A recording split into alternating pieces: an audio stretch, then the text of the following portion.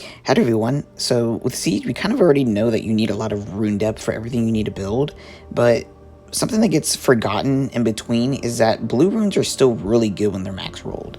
And that goes into a lot of your Siege depth as well as min-maxing the supporting subset rolls. For example, let's say like right here in this rune, for my Borgnine, the attack really doesn't do anything. So had I had flat HP roll there, it would have been better. That's kind of an example. Let's say that this was an HP slot 2 with 24%, which is a max roll on blue, and then I had like a flat HP roll, and then I gemmed in speed. Then it would be better. So that's something I'm still searching for as an upgrade for this, and it just reminds me that blue runes are still pretty good. So I do have one rune right here I want to roll. So this rune is actually really good. So you need to remember when you're rolling runes that even though there isn't speed, it's still worth rolling because you can always get speed later. So let's go ahead and plus 12 this and see how we're going to do this. So when I look at this, I already see that, okay, flat defenses are pretty good. So because I can just gem in speed, it's already good because I already have what I need. Defense, innate HP is already really good. I can't grind it, but that's fine. Ideally, you would have like accuracy lead and then you'd be able to grind the HP, but it really doesn't matter. It's more about just getting that roll on the defense for this HP main. So this is a little bit interesting. So you can consider keeping the attack here. It's really up to you because if you grind the defense, it's about, I think it's about 8 to 10% depending on the monster you're using it on. This isn't a rune that I would really care for the attack. I want to make this a straight tank rune. So here's how we're going to do it. We're just going to come down here, grab a speed gem, and we're going to gem over this attack. We don't need it for this rune. If I'm going to be using a rune for an attack roll, I would probably just be using a purple or a legend instead. So go ahead and do that. I can get the speed later. So let's grind this defense. Okay. And then you could honestly just do this. It really doesn't matter. Some of these grinds you can easily just get again. And then now when I go to this rune, I can get a speed grind later.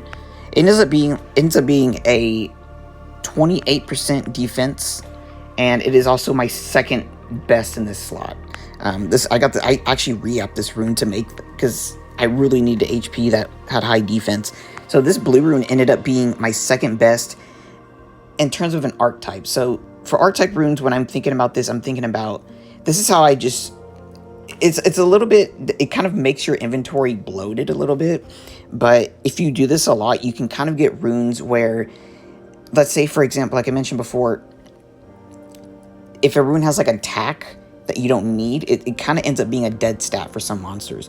So you kind of want to keep building up this depth to where you have different options depending on what you need in the supporting substats. And by supporting substats, I mean what are not rolled into. So for example, the 21% the defense on this rune is the main substat that I need for the main stat, the HP percent.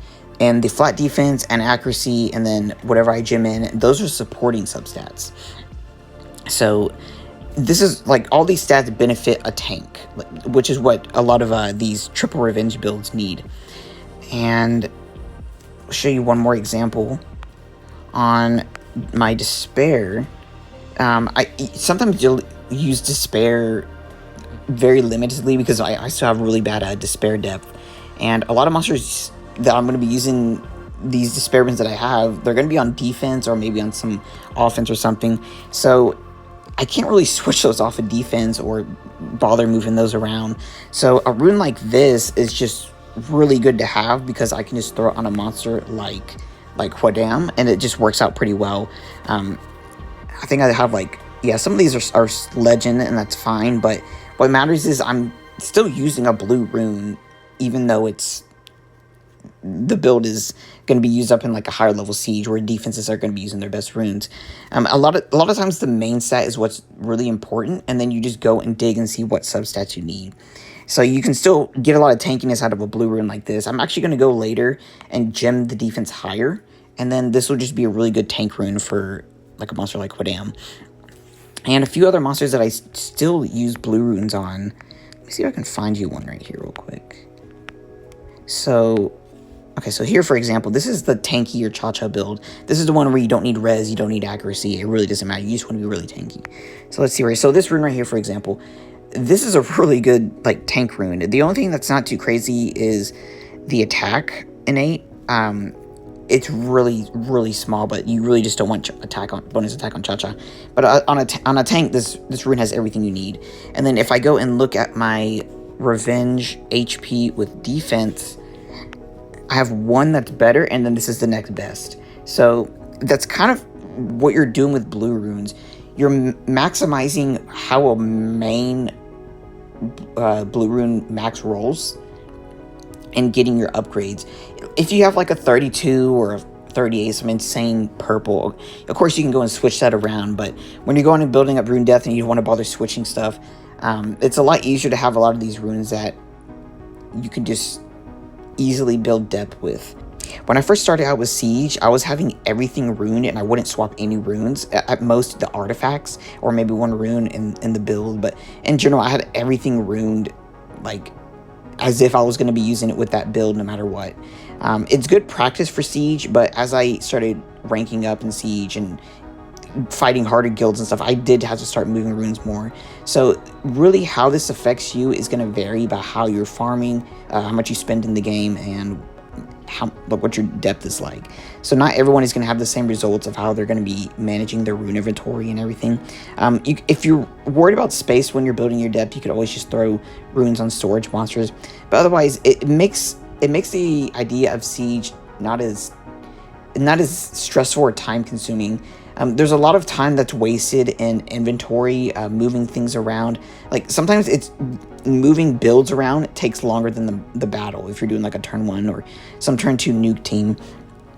So it's a lot easier to just have things ruined and ready. That way you don't have to worry about swapping, and that can also save you time as well. So like let's say for example you're rushing a 10 tower in like a regular season. That ends up being time saved because you're not having to swap and you're able to win the race, for example. This is more for cleaves. It's a little bit harder for like cleaves because they're very specific a lot of times. Some of the more premium ones might be more universal, but otherwise you're gonna mostly be doing this with bruiser builds. But otherwise, that's pretty much it. As I get runes that I can show off as building depth, I'll probably make more videos on. I think it's a good way to get an idea of what runes you should be keeping for Siege and how it works with like an inventory for someone at my level who's trying to build depth. So as I get runes, I'll probably make more and give some more examples. But otherwise, this is a little bit introduction for this series. So yeah, that's pretty much it. Thanks.